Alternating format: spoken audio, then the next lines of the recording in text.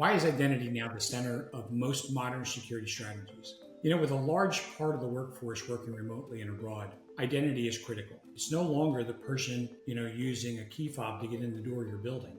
They're accessing your company, your data from across the state, across the country, or across the world. And it's becoming harder and harder to identify who is accessing your system. Certainly the first and critical steps are going to be obviously complex passwords, but the next step is multi-factor authentication. And the bad actors out there have already figured out ways to get around this, so it's not foolproof. So the next steps are going to be much greater in how we monitor and how we protect, how we give access to the network.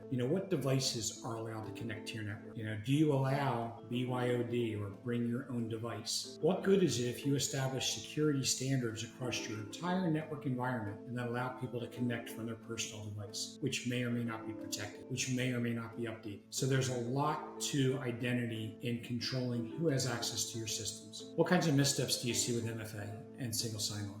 As we use single sign-on, we bring more control together about what credentials are being used, but we also make a single point of access to all of our applications with single sign-on. So you've got to put extra layers in there of identity access management, and we review this with our customers. We have ways of controlling who has access to data and how we're policing who that person is. One of the big risks I see with MFA at a very basic level is not being fully deployed. Multi-factor authentication, using your cell phone to connect, is a second level verification, very important, but you need to make sure that you're doing that across the board, not just with your Azure login or your AWS login. What about your SaaS applications? Has anyone been left behind? Meaning, did someone forget to enable it? We always use conditional access policies to enforce these things, but this is where using the tools that are available are so critical, and enforcing these standards, and then on top of that, periodic reviews to make sure nothing has been missed. We've got to make sure that the security platforms we're putting in place across the board are intact. Otherwise, it's like locking the front door and leaving the back door open. How should businesses manage access and roles as teams grow and change? I think there's some strong foundation principles to start when managing access to data. You've probably heard of principle of least privilege.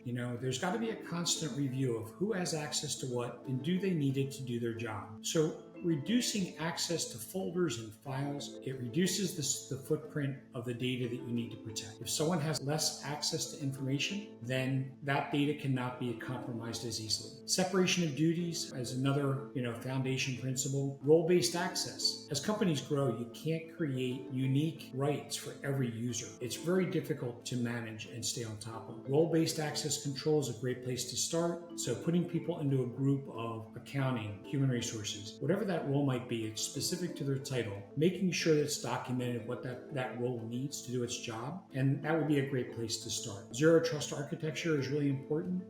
Never trust, always verify. There's a lot of settings in all these applications that we use for how long your credentials stay active.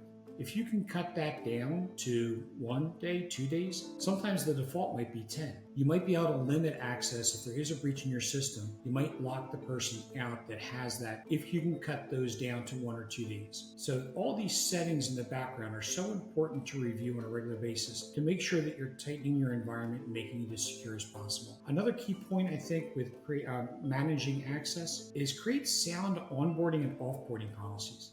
Who approves access to systems? Offboarding. What things need to be secured when someone leaves? Even with single sign-on, that helps a lot.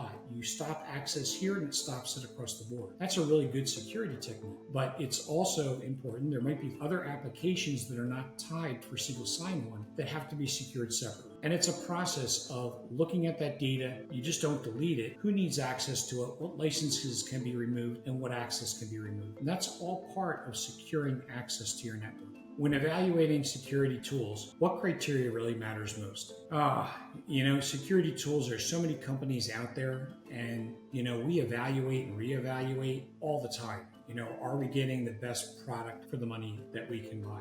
Common things I would look for is, what does the tool support across your platform? We all have specific applications, SaaS applications or cloud applications that we use. Maybe it's Salesforce, Microsoft 365, Slack.